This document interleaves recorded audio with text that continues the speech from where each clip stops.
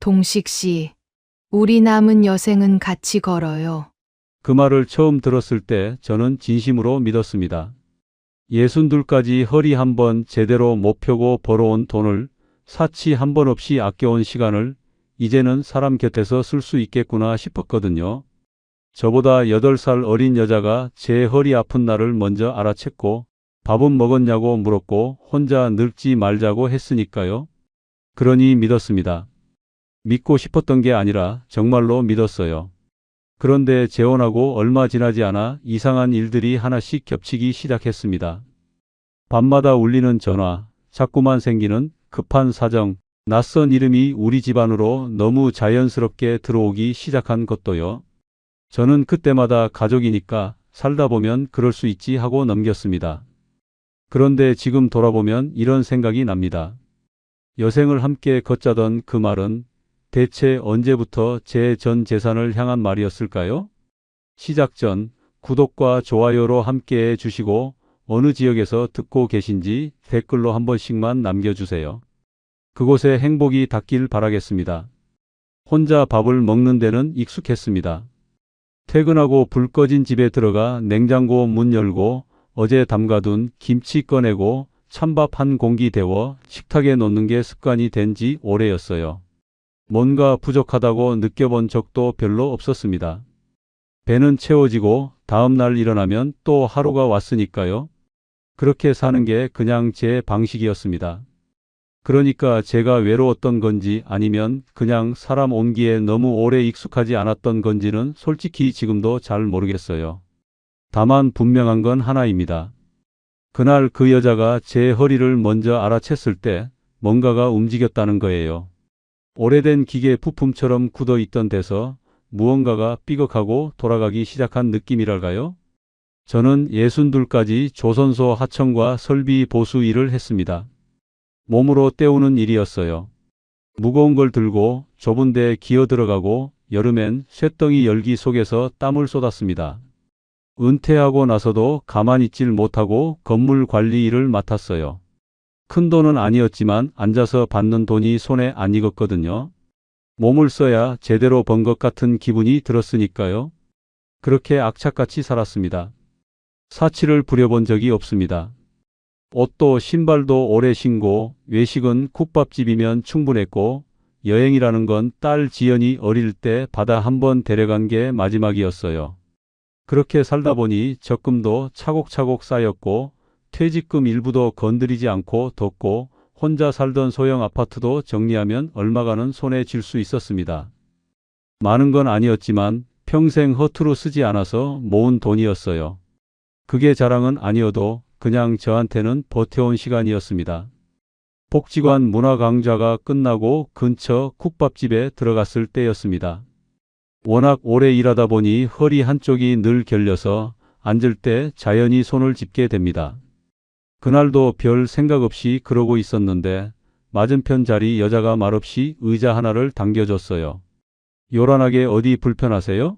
하는 것도 아니고 눈을 마주치며 제가 도와드릴게요 하는 것도 아니었습니다. 그냥 조용히 자연스럽게 당겨줬어요. 마치 오래 알던 사람처럼. 저는 순간 어떻게 반응해야 할지 몰랐습니다.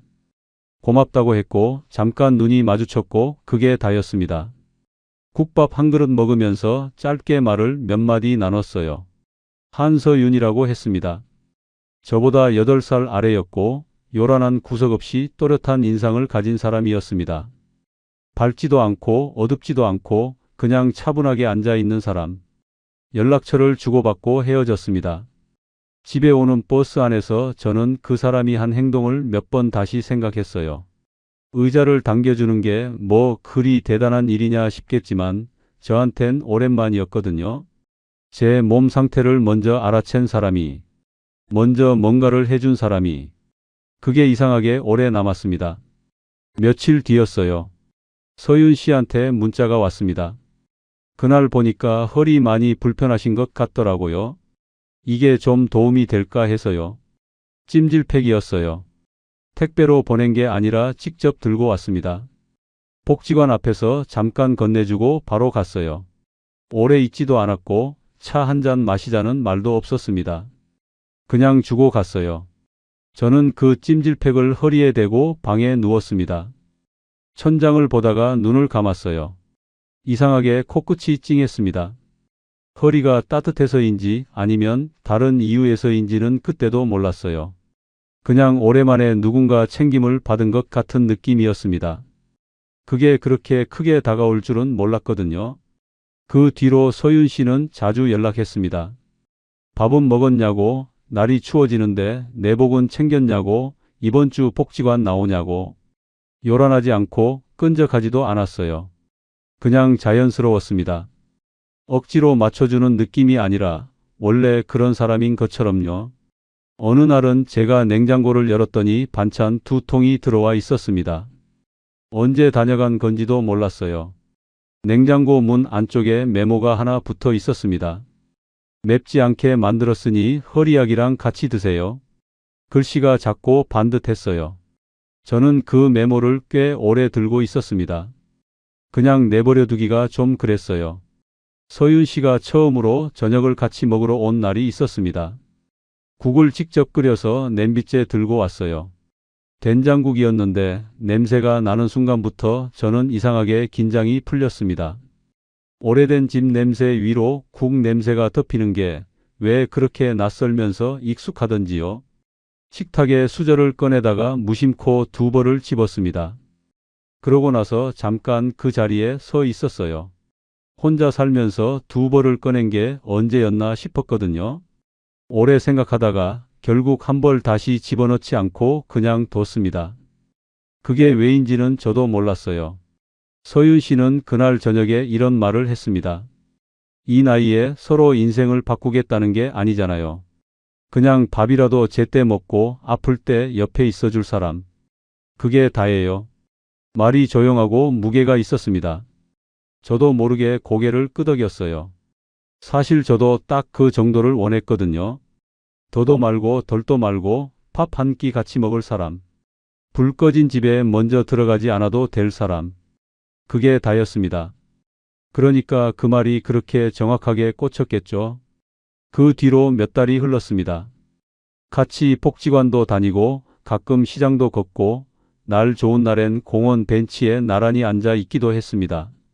서윤 씨는 억지로 뭔가를 만들어내려 하지 않았어요. 그냥 옆에 있었습니다. 그게 제일 좋았어요. 누가 없는 시간보다 누가 옆에 있는 시간이 더 자연스러워지기 시작했거든요. 어느 순간부터는 서윤 씨 연락이 없는 날이 오히려 이상하게 느껴졌습니다. 재혼 얘기가 자연스럽게 나왔습니다. 딸 지연이는 빠르다고 했어요. 아빠 만난 지 얼마나 됐다고 벌써 그 얘기야. 좀 더 알고 나서 해도 늦지 않잖아. 저는 지연이 말이 틀린 건 아니라는 걸 알았습니다.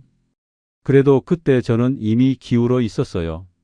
되돌리고 싶다는 생각이 들지 않았습니다. 아니, 솔직히 말하면 되돌리기가 무서웠는지도 모릅니다. 다시 혼자가 되는 게요? 재혼을 결심하고 며칠 뒤 서윤 씨가 조심스럽게 말을 꺼냈습니다. 동식 씨, 새로 시작하려면 짐을 좀 털어야죠. 당신 집도 오래됐고 제 전셋집도 계약이 복잡하게 얽혀 있어요. 둘이서 새로 맞춰 들어갈 집을 알아보는 게 낫지 않겠어요? 서로 짐 싸들고 눈치 보면서 사는 건 좀 그렇잖아요. 말이 맞는 것 같았습니다. 어차피 재혼을 하면 합쳐야 하는 게 맞으니까요. 서로 눈치를 보는 것보다 새로 시작하는 게 낫다는 말도 틀리지 않았고요. 저는 그 말을 의심하지 않았습니다. 그냥 그런 거라고 생각했어요. 부동산 사무실을 같이 들렀고 새로 들어갈 전셋집을 몇 군데 봤습니다. 서윤 씨는 깔끔하게 잘 골랐어요. 동선도 보고 층도 따지고 햇볕 드는 방향까지 확인했습니다. 저는 옆에 서서 고개를 끄덕였어요. 사실 그런 것보다는 서윤 씨가 자기 살 집을 고르듯 꼼꼼하게 보는 모습이 더 눈에 들어왔거든요. 이 사람이 진심이구나 싶었습니다. 집이 정해지자 서류가 움직이기 시작했습니다. 제가 혼자 살던 소형 아파트를 처분해야 했어요. 보증금과 계약금을 먼저 맞춰야 했고 날짜도 빠르게 잡혔습니다. 저는 평생 살던 집 열쇠를 부동산에 맡기던 날 이상하게 아무 말도 나오지 않았습니다. 서류 봉투를 들고 은행으로 갔어요. 창구 직원이 잔액 화면을 보더니 아무렇지도 않게 말했습니다. 큰돈 움직이시네요. 저는 괜히 웃으며 대답했습니다. 이제 같이 살 사람이 생겨서요. 그 말이 입 밖으로 나오던 순간 손끝이 살짝 떨렸습니다. 설레서인지 아니면 다른 이유에서인지는 그때 구분하지 못했어요. 그냥 믿었습니다. 국 한 그릇 끓여주던 그 손을, 제 허리를 먼저 알아채던 그 눈을, 그걸로 충분하다고 생각했습니다. 그런데 재혼하고 보름쯤 지났을 때였어요. 서윤 씨 휴대폰이 밤마다 울리기 시작했습니다. 처음엔 그냥 전화인 줄 알았습니다.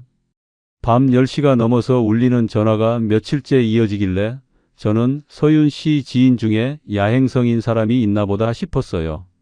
물어보지도 않았습니다. 재혼한 지 얼마 안 됐고 서로 살던 방식이 다른데 밤 전화 한 번 가지고 뭐라 할 수는 없잖아요. 저는 그냥 먼저 자는 척 누워 있었습니다. 그런데 며칠이 지나도 전화는 끊기지 않았어요. 서윤 씨는 받을 때마다 방으로 들어갔습니다. 목소리를 낮추고 문을 닫고 짧게 통화를 마치고 나오면 표정이 조금 달라져 있었어요. 뭔가를 억누르는 얼굴이랄까요? 저는 그때도 물어보지 않았습니다. 재혼한 사람한테 밤 전화 누구야 하고 다그치는 게 맞지 않는 것 같았거든요. 그냥 때가 되면 말하겠지 싶었어요. 때는 생각보다 빨리 왔습니다. 어느 밤이었어요. 설거지를 마치고 서윤 씨가 싱크대 앞에 그냥 서 있었습니다. 고무장갑을 낀 채로 벗지도 않고 그냥 서 있는 거예요. 물은 잠겼는데 몸이 안 움직이는 것 같은 자세였습니다. 저는 뭔가 이상하다 싶어서 다가갔어요. 무슨 일 있어요? 서윤 씨가 고개를 들었습니다. 울지는 않았어요. 눈이 좀 붉었는데 소리 내서 운 건 아니었습니다. 그냥 꾹 눌러 참은 얼굴이었어요. 준호 때문에요. 준호는 서윤 씨 아들이었습니다. 자동차 외형 복원 가게를 한다고는 들었어요. 재혼 전에 한번 짧게 인사를 나눴는데 예의 바르고 조용한 인상이었습니다. 그때는 특별히 신경 쓸 게 없어 보였어요. 가게 임대료가 석 달째 밀렸대요. 거래처 대금도 엉켜서 차를 빼지도 못하게 됐다고 하고요. 이번 달만 어떻게 넘기면 된다는데. 서윤 씨는 말을 다 잊지 못했습니다. 당신 돈 달라는 거 아니에요. 그냥 엄마라서 모른 척을 못하겠어요. 이번 달만 넘기면 된다고 하는데 저한테도 지금 손에 쥔 게 없어요. 저는 그 말을 들으면서 현관 쪽을 봤습니다. 걸려있는 점퍼가 눈에 들어왔어요. 별 생각이 있었던 건 아닌데 손이 먼저 점퍼 쪽으로 갔습니다. 자연스럽게요. 나중에 생각해보면 그 순간이 이상했어요. 돈 얘기를 꺼낸 건 서윤 씨였는데 움직인 건 저였거든요. 그 구조가 그때는 보이지 않았습니다. 얼마나 필요한데요? 서윤 씨가 숫자를 말했습니다. 많지 않았어요. 적금 깰 것도 없고 ATM에서 뽑으면 되는 액수였습니다. 저는 그냥 그렇게 생각했어요. 이번 한 번이면 끝난다고. 가게가 한 달만 버티면 정리된다고 하니까 이번 한 번이면 충분하겠지 하고요. 다음 날 준호를 만났습니다. 가게 셔터가 반쯤 열려 있었어요.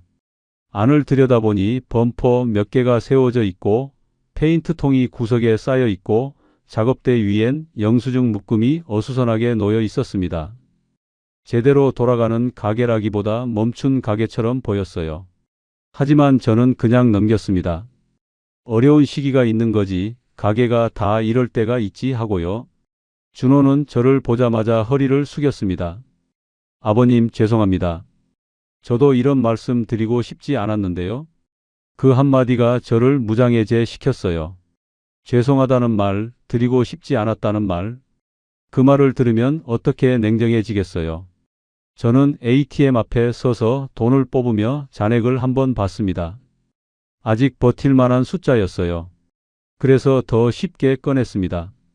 잔액이 넉넉할 때는 내는 게 별로 아프지 않거든요. 그게 함정인 줄 그때는 몰랐습니다. 봉투를 건네고 돌아서는데 준호가 뒤에서 말했어요. 다음 달엔 꼭 갚겠습니다. 거래처 대금만 들어오면 바로요. 저는 손 한번 흔들고 왔습니다. 갚는다는 말을 굳이 믿거나 안 믿거나 한 게 아니라 그냥 그 말 자체를 크게 신경 쓰지 않았어요. 가족이 된 사람 아들한테 이자 받을 것도 아니고 돌려받을 걸 기대하고 준 것도 아니라고 스스로 정리했습니다. 그게 편했거든요. 딸 지연이한테는 말하지 않았습니다. 말해봤자 또 걱정할 게 뻔했고 저도 그 대화가 피곤했어요. 아버지 재혼이 빠르다고 이미 한 번 말한 애였으니까요. 이번에도 또 그 얘기 나올까봐 그냥 혼자 정리했습니다. 이 정도는 내가 알아서 할 수 있다고 생각했거든요. 그런데 그 다음 주였습니다. 서윤 씨가 저녁 먹다 말고 조심스럽게 운을 뗐어요. 준호 가게 건물주가 이번 달 말까지 밀린 임대료를 다 내지 않으면 명도 절차를 밟겠다고 했다는 겁니다. 이번 달에 넣어준 돈은 거래처 대금 막는데 먼저 쓰게 됐다고 했어요. 그래서 임대료는 아직 해결이 안 됐다고요. 숟가락을 내려놓았습니다. 그럼 아까 준 건요? 그게 먼저 급한 데가 있어서요. 동식 씨, 이번 한 번만 더요. 진짜 이번이 마지막이에요. 이번 한 번. 지난번에도 그 말을 들었습니다. 그런데 이번에도 똑같은 말이 나왔어요. 저는 그걸 이상하게 여기면서도 또 그냥 넘겼습니다. 집에서 밥 먹다 돈 얘기를 길게 끌고 싶지 않기도 했고 서윤 씨 표정이 또 그 싱크대 앞 얼굴이었거든요. 소리 없이 참는 얼굴. 저는 그 얼굴에 약했어요. 두 번째 봉투가 나갔습니다. 그날 밤에 지연이한테서 문자가 왔어요. 아빠 요즘 잘 지내? 얼굴 한번 봐도 돼? 저는 잠깐 화면을 보다가 바쁜 거 끝나면 보자고 답했습니다. 바쁜 거라고 할 만한 게 딱히 있지도 않았는데요. 그냥 그렇게 썼어요. 그러고 며칠이 지났습니다. 서윤 씨가 이번엔 낮에 전화를 했어요. 목소리가 평소보다 조용했습니다. 준호가 거래처 사장한테 직접 찾아가서 협의를 했는데 밀린 대금 일부를 이번 주 안에 넣어야 한다고 했어요. 안 그러면 거래처 사장이 법적으로 가겠다고 했다는 겁니다. 저는 전화를 받으면서 창밖을 봤습니다. 이번이 세 번째였어요. 재혼한 지 한 달이 채 안 됐는데 이번 한 번만이라는 말이 세 번 나온 겁니다. 그 숫자가 머릿속에서 잠깐 맴돌았습니다. 그런데도 저는 또 이렇게 생각했어요. 가게가 완전히 정리되면 끝나겠지. 지금 고비를 못 넘기면 더 크게 터지니까 지금 막는 게 낫겠지. 그날 오후 은행에 갔습니다. 세 번째 돈이 빠져나갔습니다.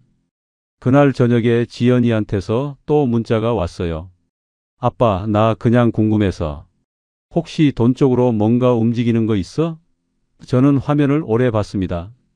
어떻게 알았나 싶었거든요. 말한 적도 없는데. 무슨 소리야? 별거 없어. 짧게 답하고 전화기를 뒤집어 놨습니다. 그런데 지연이는 다음 날 직접 왔어요.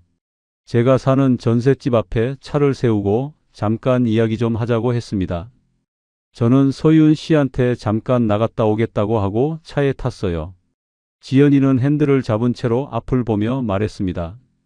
저를 보지 않았어요. 아빠, 사람 좋은 거랑 돈 섞이는 건 다른 문제야. 저는 그 말을 듣고 잠깐 뜸을 들였습니다. 차 안이 조용했어요. 바깥에서 바람이 지나가는 소리만 났습니다.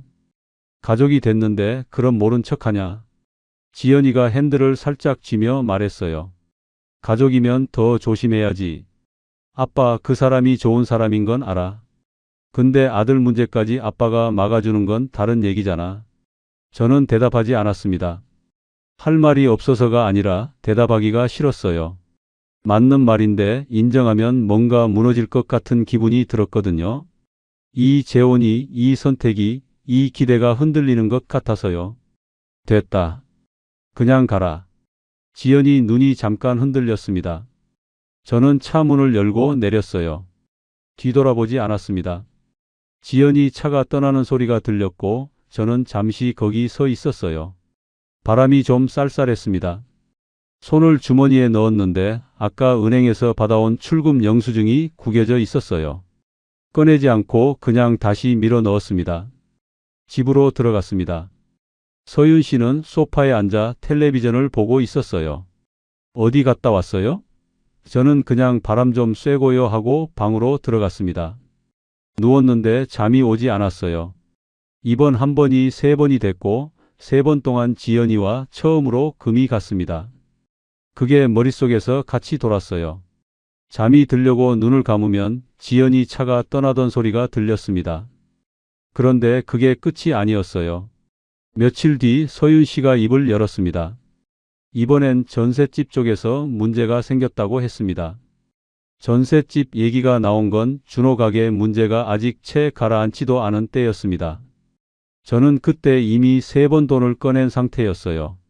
많다면 많고 적다면 적은 액수였지만 한 번 꺼낼 때마다 뭔가 조금씩 달라지는 느낌이 있었습니다.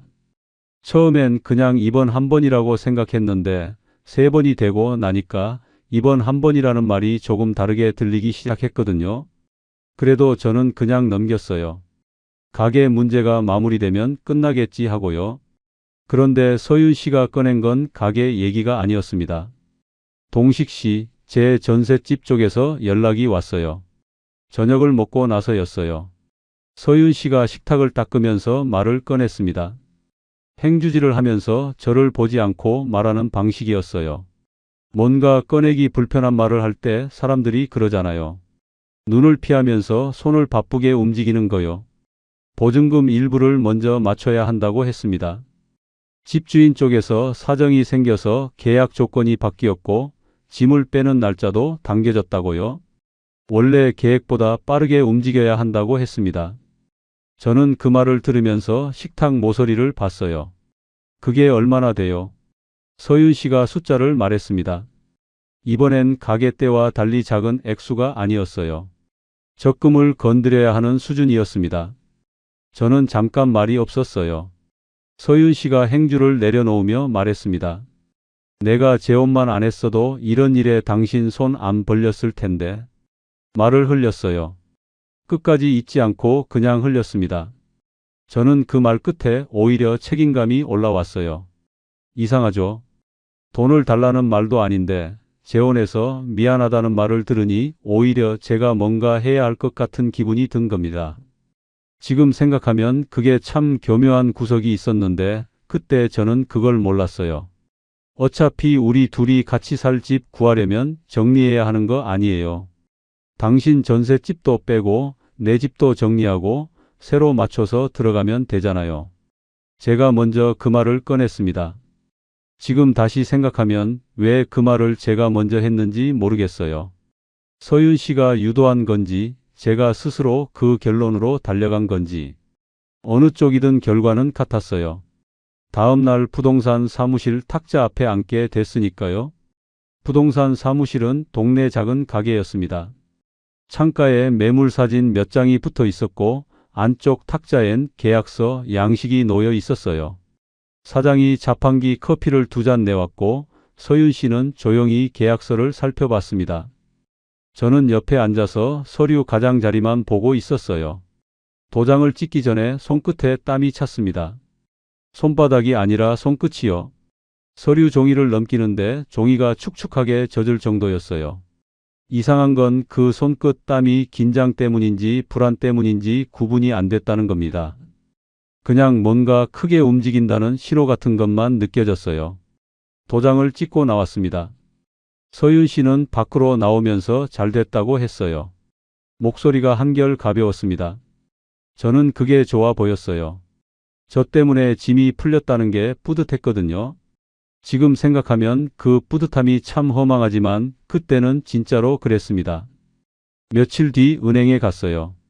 적금 만기가 아직 몇 달 남아 있었습니다. 중도 해지하면 이자가 대부분 날아가요. 창구 직원이 만기까지 기다리시는 게 낫지 않겠어요?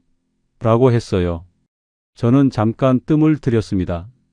그래도 해지했습니다. 지금 막아야 할 게 있으니까요. 퇴직금 잔액도 일부 정리했습니다. 조선소 퇴직하면서 받아둔 돈 중에 건드리지 않으려고 아껴뒀던 부분이었어요. 몸 아프면 쓰려고, 나중에 어디 갑자기 목돈 쓸 일 있으면 쓰려고 남겨뒀던 거였는데 그걸 묶어서 같이 정리했습니다. 은행 대기실은 항상 비슷한 소리가 납니다. 번호표 뽑는 기계 소리, 번호 부르는 안내 방송, 창구에서 서류 넘기는 소리.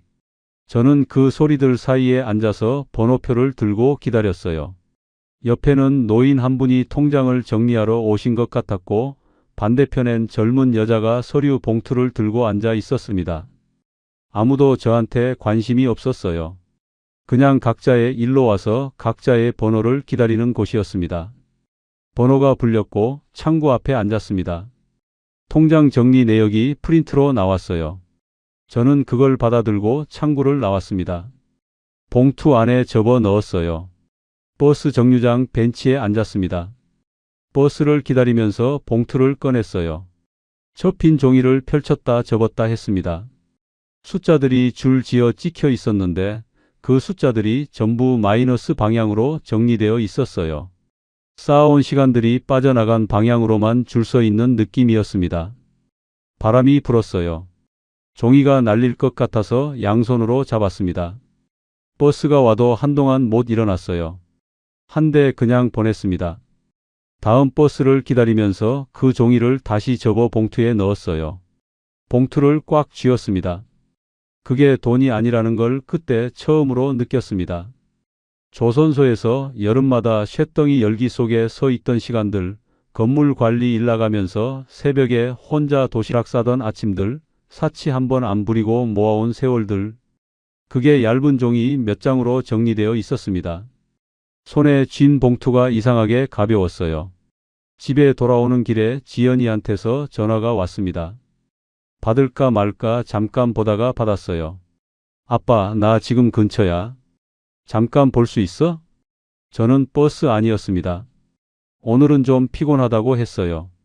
지연이가 잠깐 말이 없었습니다. 그러고 나서 조용히 물었어요. 아빠, 요즘 돈 많이 움직이는 거 아니야? 저는 창밖을 봤습니다. 버스가 정류장을 지나치는 중이었어요. 왜 그런 소리 해? 그냥요? 아버지 통장 쪽으로 뭔가 자꾸 움직이는 것 같아서. 내가 내 통장을 어떻게 알아? 몰라. 그냥 느낌. 저는 전화를 끊었습니다. 세게 끊은 건 아닌데 더 이야기하기가 싫었어요. 지연이 느낌이 맞았거든요. 맞는 말을 들으면 더 불편한 법이잖아요. 며칠 뒤 지연이가 직접 왔습니다. 이번엔 집 앞이 아니라 제가 자주 가는 국밥집 근처에서 기다리고 있었어요. 미리 연락도 없이요. 그냥 거기 있었습니다. 저는 보자마자 뭔가 작정하고 온 얼굴이라는 걸 알았어요. 지연이는 어릴 때부터 화가 나면 눈빛이 달라지는 애였거든요. 국밥집 안으로 들어가지도 않고 그냥 가게 앞 의자에 나란히 앉았습니다. 지연이가 먼저 말했어요. 아빠, 그 사람 아들 문제 왜 아빠가 계속 막아줘? 재혼했으면 부부지 아빠가 왜 그 집 해결사야? 저는 손을 무릎 위에 올려놓고 잠깐 있었어요. 살다 보면 그럴 수 있는 거야. 어려울 때 서로 도와주는 게 가족이잖아. 그게 처음 한 번이면 그렇지. 근데 계속이면 달라. 아빠 적금도 깼다는 거 알아? 저는 숨이 잠깐 막혔습니다. 지연이가 어떻게 알았는지는 몰랐어요. 말한 적이 없는데. 근데 알고 있었습니다. 내가 뭘 안다고 함부로 말하냐. 사람 사정은 살아봐야 아는 거야. 지연이가 입술을 닫았습니다. 반박하려다 참는 게 보였어요. 저는 그냥 일어섰습니다. 나 바쁘다. 아빠. 됐어. 걸어오는데 뒤에서 지연이가 말했습니다. 아빠가 그 사람 밀어내는 게 아니라 나를 밀어내고 있어. 저는 멈추지 않았습니다. 그냥 걸었어요. 근데 그 말이 등에 딱 붙어서 떨어지지 않았습니다. 집에 돌아와서 밥을 먹었는데 무슨 맛인지 몰랐어요. 서윤 씨가 무슨 일 있어요? 하고 물었고 저는 아무것도 아니에요 하고 답했습니다. 그날 밤 휴대폰을 봤습니다. 대화창 목록을 위에서 아래로 스크롤했어요. 서윤 씨 이름이 맨 위였고 그 아래 준호 이름이 있었습니다. 지연이는 한참 아래에 있었어요. 대화창 갱신이 오래된 순서였으니까요. 제가 얼마나 오래 연락을 안 했는지가 그 순서로 보였습니다. 지연이 이름을 눌렀다 다시 닫았습니다. 뭐라고 쓸지 몰랐어요. 미안하다고 쓰기엔 자존심이 걸렸고 아무 말도 안 하기엔 마음이 걸렸거든요.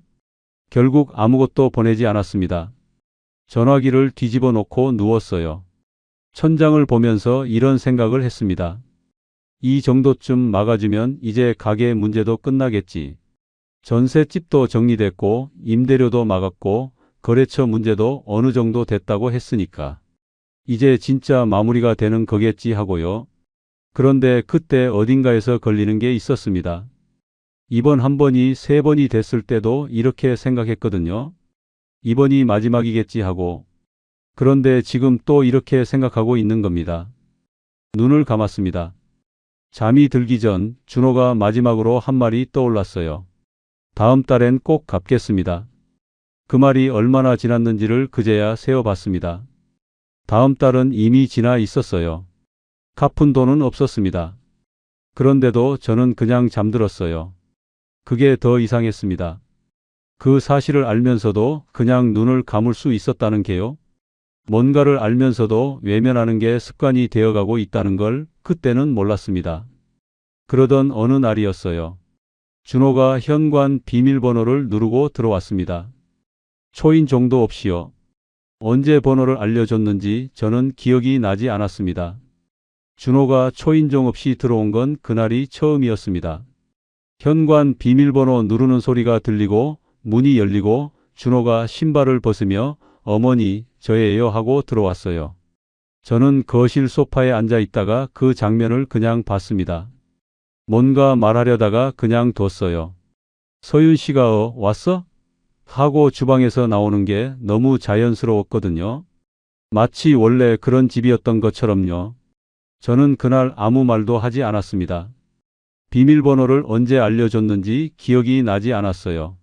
제가 알려준 건지 서윤 씨가 알려준 건지도 몰랐습니다.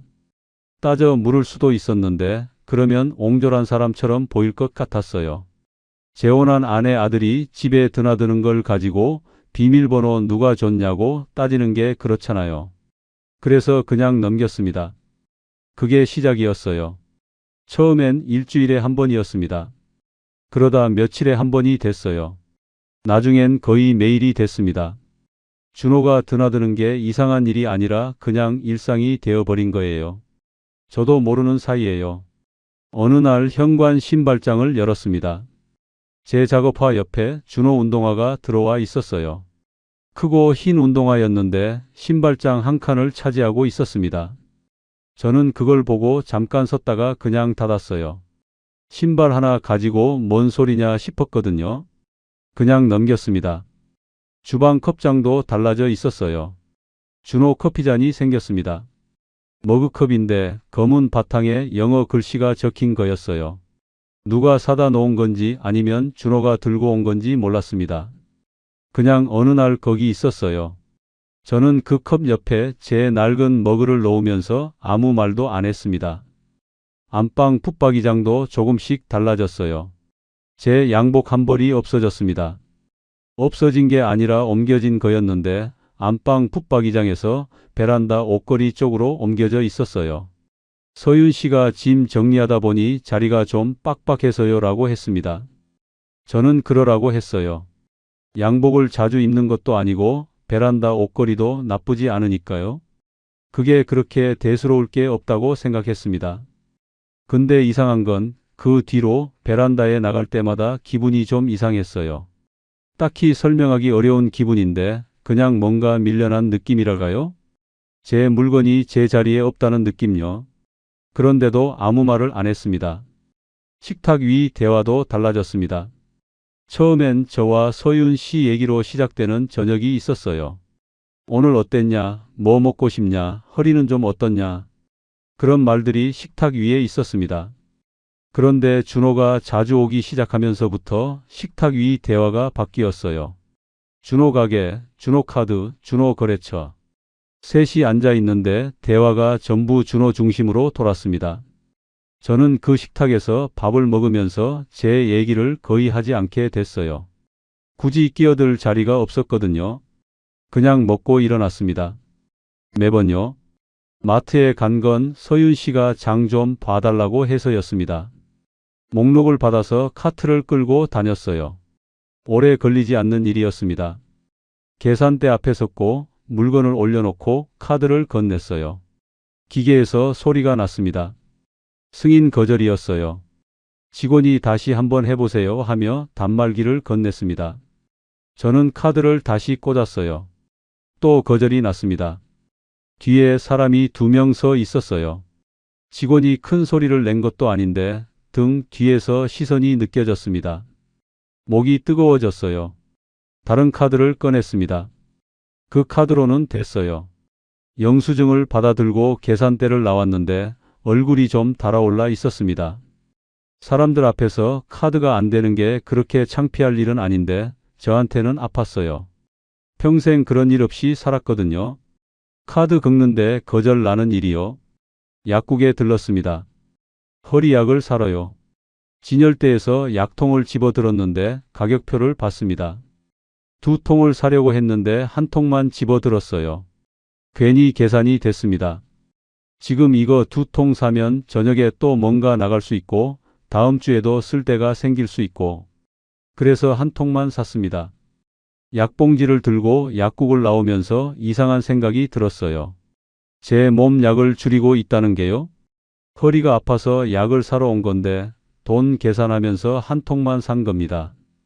생활이 무너지는 게 큰돈이 빠질 때가 아니라 이렇게 자기 약을 줄이는 순간부터라는 걸 약국 문을 나서면서 처음으로 느꼈습니다. 근데 그때도 저는 그냥 집으로 갔어요. 준호 가게를 완전히 정리하는 날이 왔습니다. 서윤 씨가 전날 밤에 말했어요. 동식 씨, 내일 준호 가게 짐 좀 빼야 하는데 같이 가줄 수 있어요? 저는 알겠다고 했습니다. 마지막으로 목돈이 한 번 더 들어갔어요. 밀린 비용을 정리하고 보증금 일부를 처리하고 이것저것 막는 데 썼습니다. 이번이 진짜 마지막이라고 서윤 씨가 말했어요. 저는 그 말을 들으면서 고개를 끄덕였습니다. 그 말을 몇 번째 듣는 건지는 세지 않았어요.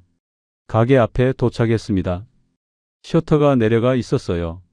한쪽에 박스가 몇 개 쌓여 있었고 준호가 전화를 하면서 서 있었습니다. 서윤 씨는 안에서 종이 상자를 들고 나왔다 들어갔다 했어요. 저도 뭔가 거들려고 안으로 들어가려는데 준호가 전화를 끊으면서 저를 봤습니다. 낮고 조용한 목소리로 말했어요. 아버님은 잠깐 밖에 계시는 게 낫겠어요. 여기 잘 모르시잖아요. 별 감정 없이 한 말이었을 겁니다. 그냥 바쁘니까 저리 있으라는 말이었겠죠. 근데 그 말이 귀에 박혔습니다. 여기 잘 모르신다는 말이요. 이 가게를 살린다고 제 돈이 들어간 건데 현장에선 모르는 사람 취급을 받은 겁니다. 저는 아무 말도 하지 않았어요. 그냥 뒤로 물러났습니다. 가게 옆 편의점에 들어가서 캔커피를 하나 뽑았어요. 문 밖에 플라스틱 의자가 있었습니다. 거기 앉았어요. 캔을 따지 않고 그냥 손에 쥐고 있었습니다. 차가웠어요. 손이 떨리는 건지 캔이 차가운 건지 구분이 안 됐습니다. 가게 쪽을 봤습니다. 준호가 전화를 또 하고 있었어요. 서윤 씨는 상자를 날랐습니다. 둘이 바빴어요. 저는 의자에 앉아서 그걸 봤습니다.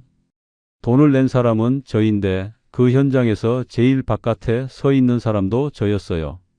캔커피를 한 모금 마셨습니다. 별 맛이 없었어요. 하늘이 흐렸는데 비는 안 왔습니다. 바람이 좀 불었고 편의점 간판이 삐걱거렸어요. 저는 거기 한참 앉아 있었습니다. 짐 정리가 끝나고 서윤 씨가 나왔어요. 고생했어요. 이제 다 됐어요. 저는 일어서면서 그래요 하고 말했습니다. 준호는 짐을 실으면서 저한테 짧게 고개를 숙였어요. 저도 고개를 끄덕였습니다. 오는 길에 셋이 같이 차를 탔어요. 준호가 운전했고 서윤 씨가 조수석에 앉았고 저는 뒷자리에 앉았습니다. 앞에서 둘이 낮게 이야기를 나눴어요. 가게 짐 어디 맡기는지, 나중에 어떻게 할 건지. 저는 창밖을 봤습니다. 아무 말도 하지 않았어요. 할 말이 없었거든요. 아니, 있었는데 꺼낼 자리가 없었습니다. 집에 돌아왔을 때 피곤했어요. 뭘 해서 피곤한 게 아니었습니다. 그냥 지쳐 있었어요. 방에 들어가서 앉았는데 이 집에서 제 자리가 어딘지 잘 모르겠다는 생각이 들었습니다. 신발장엔 준호 신발이 있고 컵장엔 준호 컵이 있고 식탁 대화는 준호 이야기가 돌고 안방 붙박이장엔 제 양복이 없고 그리고 가게 앞에선 밖에 나가 있으라는 말을 들었어요. 저는 이 집에 돈을 낸 사람인데 그날 저녁 준호는 같이 밥을 먹고 갔습니다. 서윤 씨가 차려준 밥이었어요. 저는 별말 없이 먹었습니다. 준호가 수저를 내려놓으면서 말했어요. 이제 가게 문제는 정리됐으니까 좀 쉬어야겠어요. 저는 그 말을 들으면서 밥을 씹었습니다. 쉬어야겠다는 말이 이렇게 편하게 나오는구나 싶었어요. 준호가 나가고 나서 서윤 씨가 설거지를 했어요. 저는 거실에 앉아 있었습니다. 물 흐르는 소리가 들렸어요. 텔레비전을 틀었는데 뭐가 나오는지 안 들어왔습니다. 리모컨을 들고 있다가 그냥 껐어요. 조용했습니다. 그때였어요. 서윤 씨 방에서 전화 소리가 났습니다. 서윤 씨가 설거지를 멈추고 손을 닦더니 방으로 들어갔어요. 문이 반쯤 닫혔습니다. 처음엔 그냥 있었어요. 그런데 서윤 씨 목소리가 낮게 들렸습니다.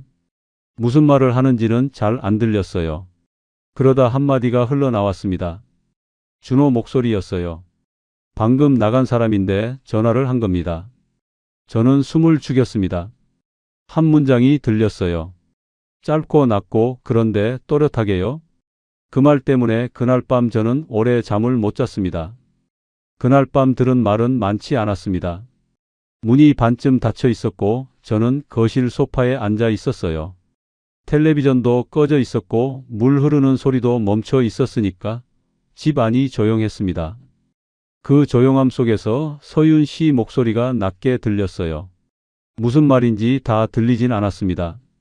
그러다 잠깐 사이가 생기더니 준호 목소리가 겹쳤어요. 스피커로 틀어놓은 것 같았습니다. 이제 진짜 더 나올 데도 없는데 나도 답답해. 서윤 씨 말이었어요. 그리고 준호가 받았습니다. 그럼 정리해야죠. 더 끌면 뭐해요? 딱 거기까지였습니다. 그 뒤로 목소리가 낮아졌는지 아니면 제 귀가 더 이상 들으려 하지 않은 건지 모르겠어요. 저는 그 두 문장만 들었습니다. 소파에 앉은 채로 한동안 움직이지 않았어요. 그 말이 돈 얘기인지 아니면 저를 두고 하는 얘기인지 사실 금방 알았습니다. 몰라서 가만히 있었던 게 아니에요. 알면서도 일어나지 못했습니다. 무릎 위에 올려놓은 손이 조금 떨렸어요. 리모컨이 옆에 있었는데 찝지 않았습니다.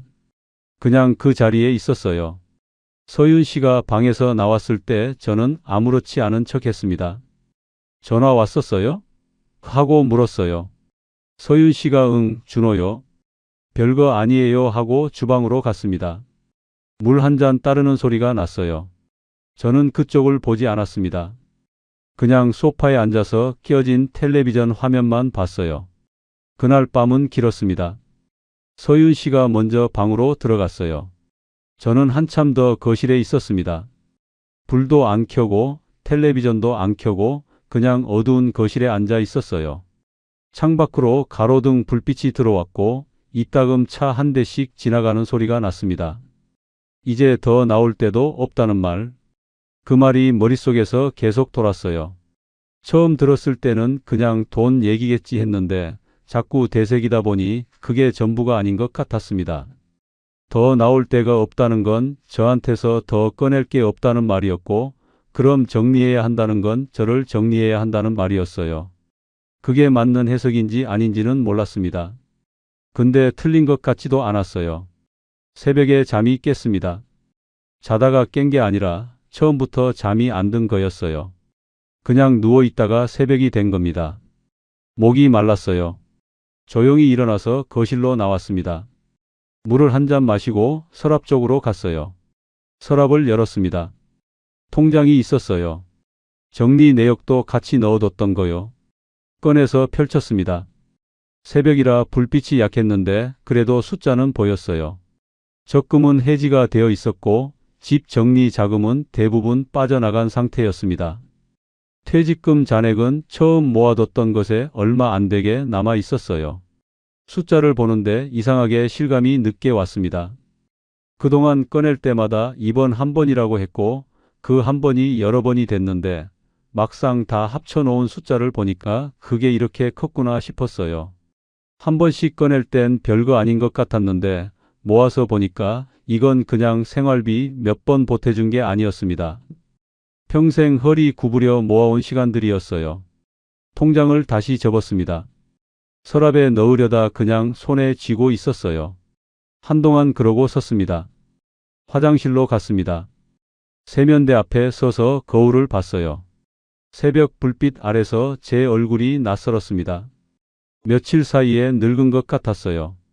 땀이 꺼졌고 눈밑이 어두웠고 면도를 며칠 안 했는지 수염이 거칠게 올라와 있었습니다. 제 얼굴인데 이상하게 낯선 사람 얼굴 같았어요.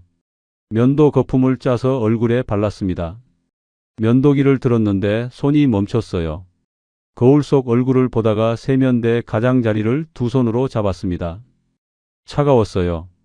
그 차가운 게 손바닥 전체로 올라왔는데 이상하게 그게 좀 났습니다. 정신이 드는 느낌이랄까요? 거울을 보면서 이런 생각이 들었어요. 돈보다 더 크게 느껴지는 게 있었습니다. 이 집 안에서 제 이름이 쓸모를 다했다는 감각이요. 강동식이라는 사람이 여기서 무슨 역할인지를 생각해 봤을 때 돈을 내는 사람. 그게 다였습니다. 밥을 같이 먹어도 대화는 준호 얘기였고 집에 와도 신발장부터 컵장까지 준호 자리가 먼저였고 가게 앞에서도 밖에 나가 있으라는 말을 들었어요. 그리고 어젯밤엔 문틈으로 그 말을 들었고요. 면도 거품을 씻어냈습니다. 면도는 하지 않았어요. 그냥 수건으로 얼굴을 닦고 나왔습니다. 아침이 됐고 서윤 씨가 밥을 차렸어요. 저는 식탁에 앉았습니다. 서윤 씨는 평소처럼 국을 떠다 주고 반찬을 옮기고 자리에 앉았어요. 아무 일도 없는 것처럼요. 저도 숟가락을 들었습니다. 밥을 먹었어요. 무슨 맛인지 몰랐습니다. 밥을 다 먹고 제가 먼저 입을 열었어요. 당신 처음부터 이럴 생각이었어요? 말이 나오기 전까지 제가 이 말을 꺼낼 줄 몰랐습니다. 그냥 나왔어요. 오래 참았던 게 아니라 그냥 흘러나온 말이었어요. 서윤 씨가 국그릇을 내려놓았습니다. 저를 봤어요. 표정이 달라지지 않았습니다. 화를 내거나 당황하거나 하지 않았어요. 그냥 조용히 그런데 차갑게 받았습니다. 당신이 원해서 도와준 거잖아요. 내가 칼 들고 시켰어요? 그 말이 정확하게 꽂혔습니다. 틀린 말이 아니었거든요. 저는 누가 강요해서 한 게 아니었어요. 매번 제가 먼저 점퍼를 집어들었고, 제가 먼저 ATM 앞에 섰고, 제가 먼저 부동산 서류에 도장을 찍었습니다. 그러니까 서윤 씨 말은 사실이었어요. 근데 그게 더 아팠습니다. 사실이니까요? 아니라고 반박할 수가 없었어요. 저는 숟가락을 식탁에 내려놓았습니다. 뭔가를 더 말하려고 했는데 그때 준호 목소리가 들렸어요. 준호가 와 있었습니다. 언제 온 건지 몰랐어요. 현관 소리를 못 들었습니다. 식탁 의자에 앉아서 휴대폰을 보고 있었어요. 우리 대화를 듣고 있었는지 아닌지 모르겠지만 고개를 들지 않고 말했습니다. 감정적으로 그러지 마세요. 다 가족이라서 한 거잖아요. 가족. 그 단어가 귀에 걸렸습니다. 가족이라서 한 거라는 말을 들으면서 저는 처음으로 그 말의 속을 들여다봤습니다. 가족이라는 말이 이 집에서 어떻게 쓰였는지를요. 가게 임대료 밀렸을 때 가족이니까 막아줬고, 거래처 대금 엉켰을 때 가족이니까 꺼냈고, 전셋집 보증금 문제 생겼을 때도 가족이니까 도장 찍었습니다. 근데 그 가족이라는 말이 저한테 온 적은 없었어요. 저한테는 의무였고 저 사람들한테는 필요할 때 꺼내는 말이었습니다. 그 순간이었어요. 가족이라는 말이 저한테만 무게였고 저 사람들한테는 포장지였다는 게 보인 거요.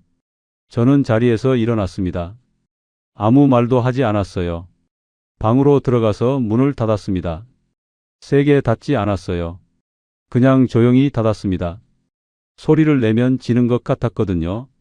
지금 감정을 드러내면 제가 더 작아지는 것 같았어요. 방 안에 서 있었습니다. 한동안 그냥 서 있었어요. 앉지도 않고 눕지도 않고 그냥 서 있었습니다. 창밖으로 낮 햇살이 들어왔어요. 이상하게 밝았습니다. 이런 날 이런 생각을 하고 있다는 게 어울리지 않았어요. 휴대폰을 꺼냈습니다. 지연이 이름을 봤어요. 마지막 대화가 꽤 됐습니다. 제가 끄는 거였고 제가 밀어낸 거였어요. 지연이가 맞는 말을 했는데 저는 그게 싫어서 외면했습니다. 문자를 쓰려다가 뭐라고 해야 할지 몰랐어요. 미안하다고 쓰기엔 아직 뭔가 걸렸고 아무 말도 안 하기엔 이 방 안이 너무 조용했습니다. 결국 아무것도 보내지 않았어요. 전화기를 침대 위에 놓고 창가에 서 있었습니다. 며칠이 그렇게 흘렀어요. 서윤 씨와 저는 말이 많이 줄었습니다. 밥은 같이 먹었고 자리는 같이 앉았는데 대화가 없었어요. 준호는 여전히 드나들었고 저는 거기서 점점 더 조용해졌습니다. 뭔가를 기다리는 것 같기도 하고 아니면 그냥 이미 끝난 걸 확인하는 것 같기도 한 날들이었어요. 그러던 어느 날 아침이었습니다. 출근하듯 나가려고 현관에 나왔는데 신발장 옆 바닥에 뭔가 놓여 있었어요. 작은 여행 가방 하나였습니다. 접어놓은 셔츠 몇 벌이 그 옆에 가지런히 놓여 있었어요. 제 것이었습니다. 여행 가방이 거기 있었습니다. 작은 가방이었어요. 제가 예전에 지연이 결혼식 때 하룻밤 자고 오려고 샀던 거였습니다. 그 가방이 현관 신발장 옆 바닥에 놓여 있었고 접어놓은 셔츠 몇 벌이 그 옆에 가지런히 있었어요. 누가 개켜놓은 건지 반듯하게 접혀 있었습니다. 그게 더 이상했어요. 화가 나서 던져놓은 것도 아니고 급하게 밀어놓은 것도 아니었거든요. 그냥 정리된 것처럼 놓여 있었습니다. 서윤 씨가 거실에 있었어요. 소파에 앉아 있었는데 제가 현관에서 그걸 보고 있는 걸 알면서도 먼저 말하지 않았습니다. 저도 한동안 그 가방을 보고 있었어요.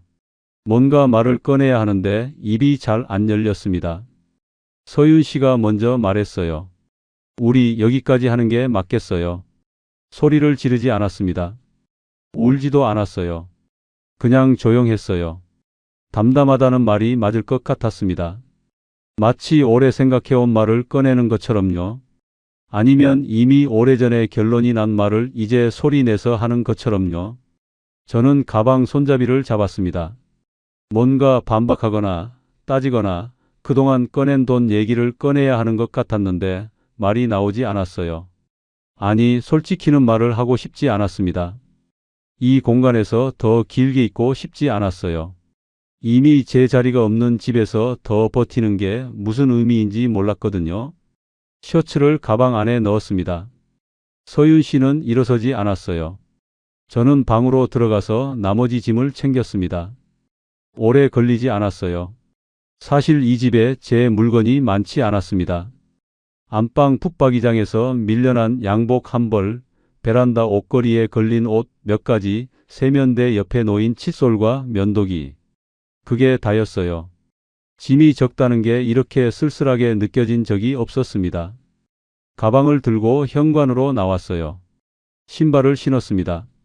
서윤 씨는 소파에 그대로 있었어요. 저는 잠깐 그쪽을 봤다가 문을 열었습니다. 마지막으로 뭔가 한마디를 해야 할 것 같았는데 아무 말도 안 나왔어요.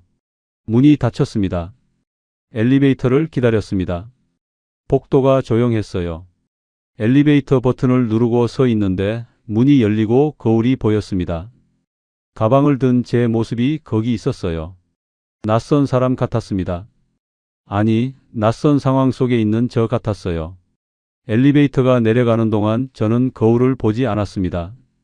건물 밖으로 나왔어요. 바람이 불었습니다. 날이 좀 흐렸어요. 가방을 들고 잠깐 그 자리에 서 있었습니다. 어디로 가야 하는지 잠깐 몰랐어요. 가야 할 곳을 몰라서가 아니라 지금 이 순간이 실감이 안 나서였습니다. 예순들의 가방 하나 들고 건물 밖에 서 있는 이 장면이 제 인생에 있을 거라고 생각을 못 했거든요. 임대방을 구한 건 그날 오후였어요. 오래 찾지 않았습니다. 복잡하게 고를 여유가 없었어요. 동네 부동산에 들어가서 당장 들어갈 수 있는 곳을 물었고 작은 방 하나를 안내받았습니다. 오래된 건물이었고 창이 작았고 복도 형광등이 낮에도 켜져 있었어요. 화난 게 이상하게 쓸쓸했습니다. 저는 그냥 계약했어요. 더 좋은 데를 고를 마음이 없었습니다. 짐을 풀었어요. 가방을 열었는데 셔츠 몇 벌, 양복 한 벌, 세면도구가 전부였습니다. 작은 방 한가운데 그걸 꺼내 놓으니까 방이 더 비어 보였어요. 저는 한동안 그 짐들을 보다가 그냥 침대에 앉았습니다. 아무것도 하고 싶지 않았어요. 배도 고프지 않았고 피곤하지도 않았습니다. 그냥 멍했어요. 이혼 절차는 빠르게 진행됐습니다. 마음이 끝난 쪽이 더 차분하다는 걸 그때 알았어요. 서윤 씨는 조정실에서도 조용했고 서류를 보는 눈이 흔들리지 않았습니다. 저도 마찬가지였어요. 싸울 게 없었거든요. 따질 것도 없었습니다. 다 끝난 걸 확인하는 절차였어요. 가정법원 조정실 앞 플라스틱 의자에 앉아서 서류 모서리를 쓸어내렸습니다. 종이가 반듯하게 인쇄되어 있었어요. 이름과 날짜와 도장 자리가 있었습니다. 저는 그 서류를 보면서 이상하게 아무 감정이 없었어요. 울 것 같지도 않았고 화가 나지도 않았습니다. 그냥 이게 끝이구나 라는 생각만 있었어요. 끝이 이렇게 조용하다는 게 오히려 이상할 정도였습니다. 도장을 찍었습니다. 끝났어요. 주민센터에 갔습니다. 전입 관련 서류를 정리해야 했어요. 임대방 주소로 옮기는 거였습니다. 민원 창구 앞에 번호표를 뽑고 기다렸어요. 번호가 불렸고 직원이 서류를 처리했습니다. 오래 걸리지 않았어요. 뭔가 대단한 일 같았는데 창구에선 그냥 서류 몇 장이었습니다. 은행으로 갔어요. 자기 이름으로 새 통장을 만들었습니다. 창구 직원이 이름을 확인하고 서류를 정리하고 통장을 내밀었어요. 저는 그 통장 첫 장을 봤습니다. 강동식 이름이 찍혀 있었어요. 잔고는 초라했습니다.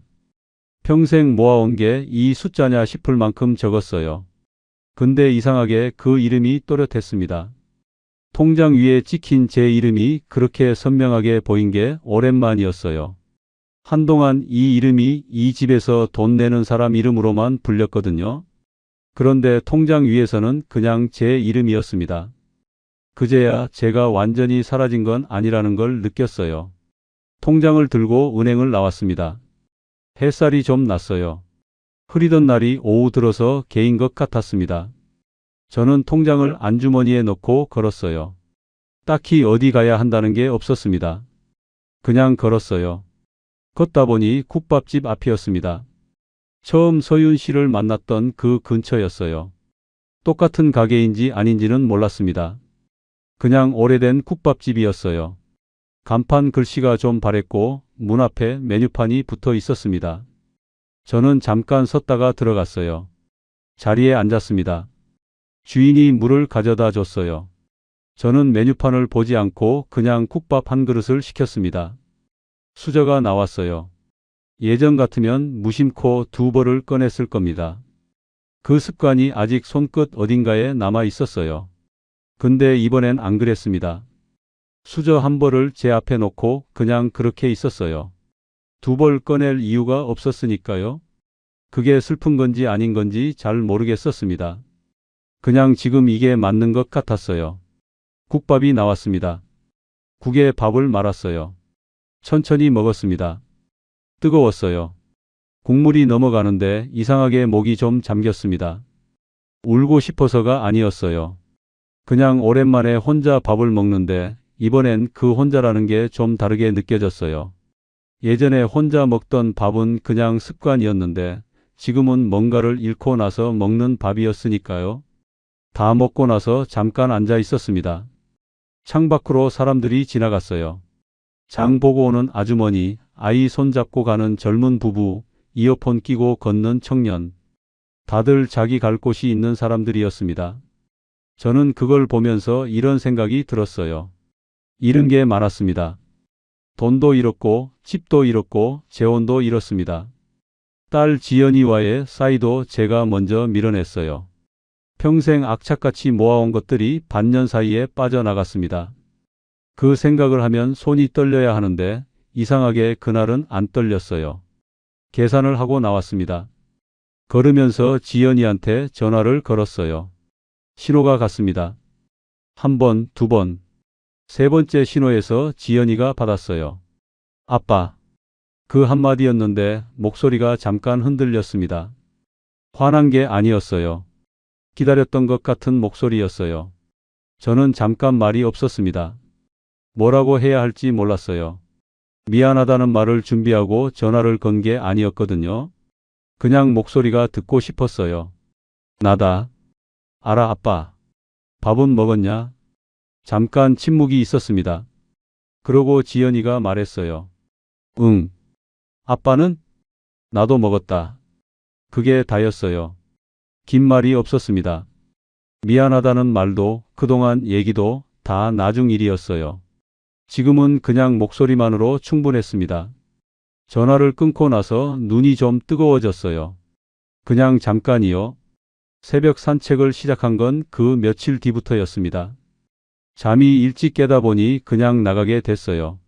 임대방 근처 골목을 걷는 거였습니다. 별게 없는 길이에요.